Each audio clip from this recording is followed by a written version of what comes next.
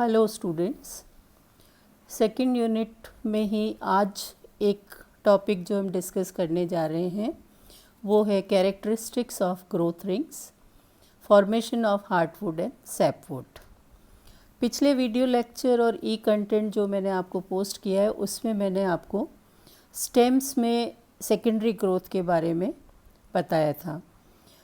I hope कि आपने वो वीडियो भी देखा होगा और कैम्बियम की एक्टिविटी के बारे में एक ई कंटेंट भी मैंने पोस्ट किया था कि कैम्बियम की बाई डायरेक्शनल एक्टिविटी से जो कैम्बियम एक मेरिस्टम है, इसकी दोनों तरफ जो सेगमेंट्स कटते हैं, जो सेगमेंट्स स्टेम की पेरिफेरी की तरफ कटते हैं, उनसे फ्लोएम डेवलप होता है, सेकेंडरी फ्लोएम, और जो सेंटर की तरफ जो एलिमेंट्स इसके कटते हैं उससे सेकेंडरी जाइलम डेवलप होता है। ये कैम्बियम जो है जब तक प्लांट जीवित रहता है तब तक ये कार्य करती रहती है। फर्स्ट ईयर में आपने पाइनस के स्टेम की सेकेंडरी ग्रोथ पढ़ी होगी। पाइनस के स्टेम की सेकेंडरी ग्रोथ और एक टिपिकल एंजियोस्पर्मिक डाइकॉट स्टेम का internal structure as well as उसकी सेकेंडरी ग्रोथ काफ़ी कुछ मिलती है। पाइनस के स्टेम में भी वेस्कुलर बंडल्स एक रिंग में अरेंज्ड होते हैं, जैसे कि एक एंजियोस्पर्मिक डाइकॉट स्टेम में भी होते हैं। ये vascular bundles conjoint, collateral and open. Conjoint collateral का मतलब है कि जाइलम और phloem side by side present होते हैं, और ओपन का मतलब है कि इन प्राइमरी फ्लोएम और प्राइमरी जाइलम के बीच में एक मेरिस्टम, थिन लेयर मेरिस्टम बना हुआ होता है। इसको इंट्राफेसिकुलर कैम्बियम या पूलिये कैम्बियम भी इसको बोलते हैं। ये इंट्राफेसिकुलर कैम्बियम जो है जब सेकेंडरी ग्रोथ स्टार्ट होती है, सेकेंडरी ग्रोथ का मतलब है कि प्राइमरी ग्रोथ में तो स्टेम लंबाई में वृद्धि करता है, और जैसे इसकी चौड़ाई में वृद्धि होने की शुरुआत होती है तब सेकेंडरी ग्रोथ या सेकेंडरी टिश्यूज़ का फॉर्मेशन होने के लिए एक सेकेंडरी नेचर का मेरिस्टम अधिकतर डाइकॉट स्टेम्स में डेवलप होता है। मैं डाइकॉट स्टेम इसलिए कह रही हूँ कि मोनोकॉट स्टेम्स में सेकेंडरी ग्रोथ नहीं होती है इन जनरल, लेकिन अपवाद स्वरूप हम जब एबनॉर्मल सेकेंडरी ग्रोथ पढ़ेंगे तब मैं आपको बताऊंगी कि कुछ मोनोकॉट स्टेम्स या पाम्स वगैरह हैं, उनमें मोनोकॉट होते हुए भी सेकेंडरी ग्रोथ पाई जाती है। इसका मतलब उनके तने जो हैं चौड़ाई में भी, लंबाई के साथ साथ चौड़ाई में भी वृद्धि करते हैं। तो इस सेकेंडरी ग्रोथ के कारण आप अपने को ट्रीज़ में मेनली ग्रोथ रिंग्स का फॉर्मेशन दिखाई देता है, जैसा कि आप पिक्चर में देख रहे हैं, या आपने कभी वुडन लॉग्स कटे हुए देखे हों तो आपको उसमें इस तरह की गोलाकार आकृतियाँ दिखाई देती हैं। ये गोलाकार आकृतियाँ ही एक्चुअल में ग्रोथ रिंग्स या एनुअल रिंग्स कहलाती है। जैसा कि नाम से ही आप समझ पा रहे होंगे कि एनुअल का मतलब है कि एक साल में कितना सेकेंडरी टिश्यूज़ का फॉर्मेशन इस कैम्बियम की एक्टिविटी से हुआ है। जो conjoint collateral vascular open vascular bundle की इंट्राफेसिकुलर कैम्बियम है, वो इंटरफेसिकुलर कैम्बियम जो कि एक सेकेंडरी नेचर का मेरिस्टम है उसके साथ जुड़कर एक कंप्लीट वेस्कुलर रिंग बनाती है। तो जो स्टीलर रीजन में जो एक कैम्बियम की रिंग बनती है, जो कि पार्टली प्राइमरी मेरिस्टम की बनी और पार्टली सेकेंडरी मेरिस्टम की बनी हुई है, ये अपने अंदर की तरफ सेकेंडरी जाइलम का निर्माण करती है। ग्रोथ रिंग्स का फॉर्मेशन इसलिए होता है, आप पिक्चर में देख पा रहे हैं कि यहाँ पे अर्ली वुड भी लिखा हुआ है और लेट वुड भी लिखा हुआ है।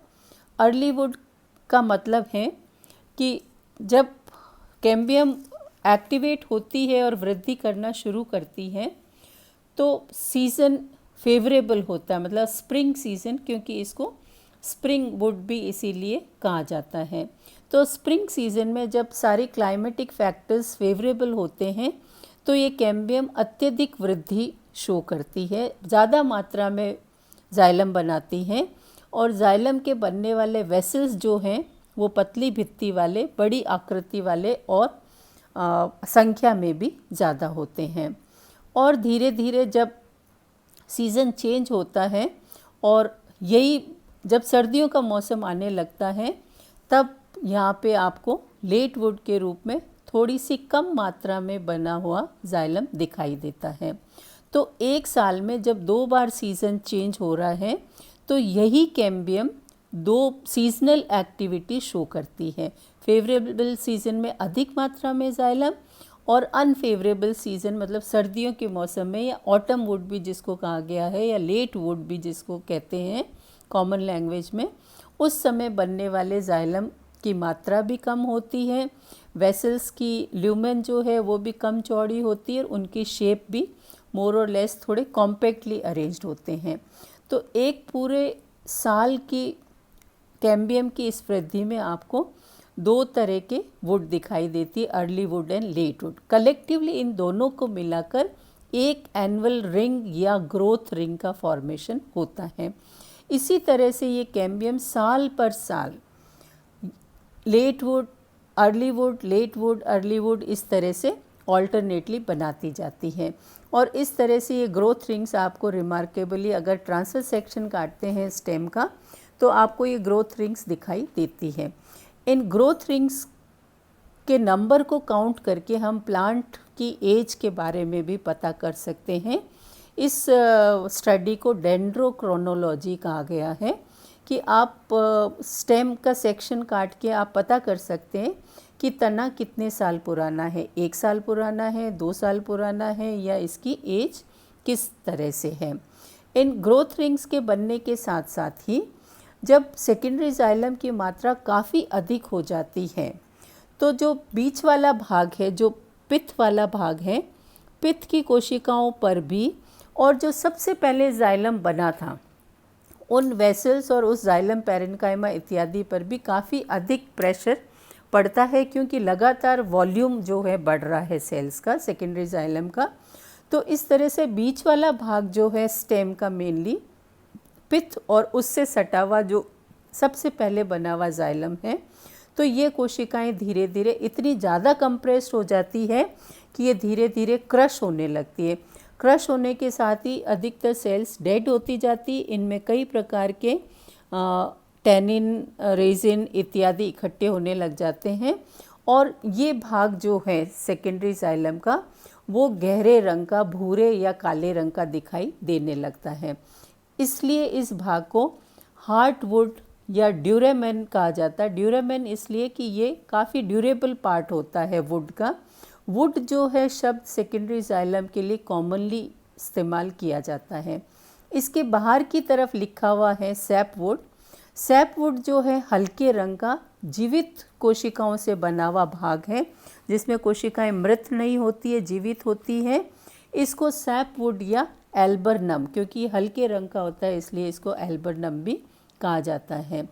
इस पिक्चर में आप ऑटम वुड और स्प्रिंग वुड के रूप में एनुअल रिंग्स या ग्रोथ रिंग्स को देख पा रहे हैं। जैसा कि पुराने लकड़ी के लॉग्स अगर आपने कभी देखे हों तो इस तरह का डिज़ाइन या पैटर्न आपको दिखाई देता है। अब मैं बताती हूँ आपको कि स्प्रिंग वुड, जिसको अर्ली वुड की जो सबसे पहले बनना शुरू होता है, और autumn wood and late wood जो कि सीज़न के ख़त्म होने पर जब क्लाइमेटिक फैक्टर्स अनफेवरेबल होते चले जाते हैं उस समय बनने वाले वुड में क्या फ़र्क होता है। स्प्रिंग वुड जो है वो कैम्बियम की फास्टर एक्टिविटी से डेवलप होता है, जबकि ऑटम आते आते इसी कैम्बियम की एक्टिविटी स्लो डाउन हो जाती है, तो इससे बनने वाला भाग जो है वो ऑटम वुड कहलाता है। स्प्रिंग वुड जो है large number of xylem elements, काफ़ी अधिक मात्रा में जाइलम के एलिमेंट्स बनते हैं, जबकि लेट वुड में इनकी संख्या कम हो जाती है। स्प्रिंग वुड में वेसल्स, ट्रैकिड्स जो हैं इनकी कैविटी या ल्यूमेन काफ़ी वाइड होती है, जबकि लेट वुड के समय बनने वाले जाइलम वेसल्स या ट्रैकिड्स जो हैं उनका ल्यूमेन नैरो होता है। स्प्रिंग वुड जो है लाइटर इन कलर है, लोअर डेंसिटी वाली होती है कोशिकाएं, जबकि ऑटम वुड जो है डार्क इन कलर होता है और हायर डेंसिटी वाली सेल्स होती हैं। इसमें आप सैप वुड जिसको अब हम एल्बर्नम भी बोलते हैं क्योंकि ये हल्के रंग की होती है, और हार्ट वुड क्योंकि ये गहरे भूरे या काले रंग की होती है, इसलिए इसको ड्यूरामेन कहा जाता है।